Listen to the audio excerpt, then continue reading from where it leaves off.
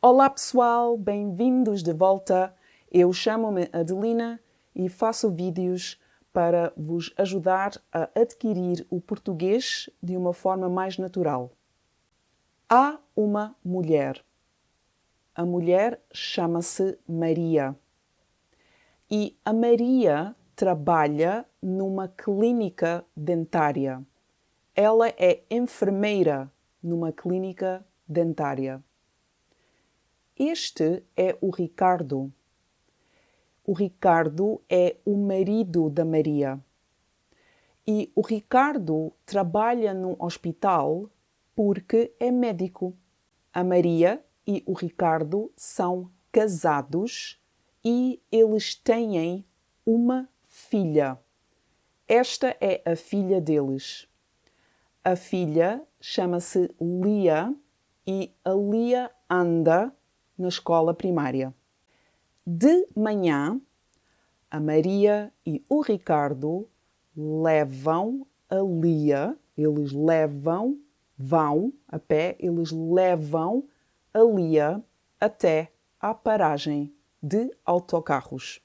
A Lia vê o Afonso e diz: "Olá, Afonso."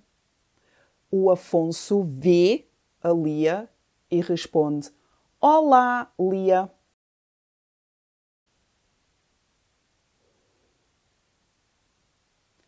Os pais da Lia vão para o carro, eles andam para o carro, entram no carro e vão para o trabalho.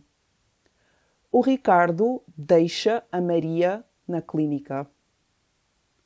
A Maria entra na clínica e diz: "Bom dia, Dona Fernanda."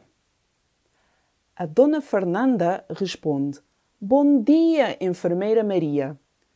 Esta é a Célia. Ela é nova aqui."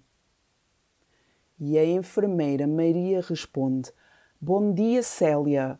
Muito prazer."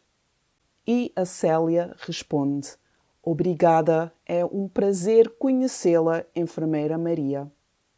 O Ricardo chega ao hospital e estaciona o carro no parque de estacionamento. O Ricardo é médico no hospital. Ele entra no hospital. Há um guarda à porta da oncologia, onde o Dr. Ricardo trabalha. O Dr. Ricardo é um médico oncologista. O senhor guarda cumprimenta-o. "Bom dia, Dr. Ricardo." E o Ricardo responde: "Bom dia, senhor Raul. Como está hoje?" Mas o senhor Raul responde: "Oh, senhor doutor, hoje não estou nada bem." E o Ricardo pergunta: "Mas porquê?" E o senhor Raul responde: "Ando com dores de dentes." Mas o Dr. Ricardo responde: "Conheço um bom sítio. Vou escrever a morada." E este é o fim desta história. E vemo-nos no próximo vídeo. Tchau!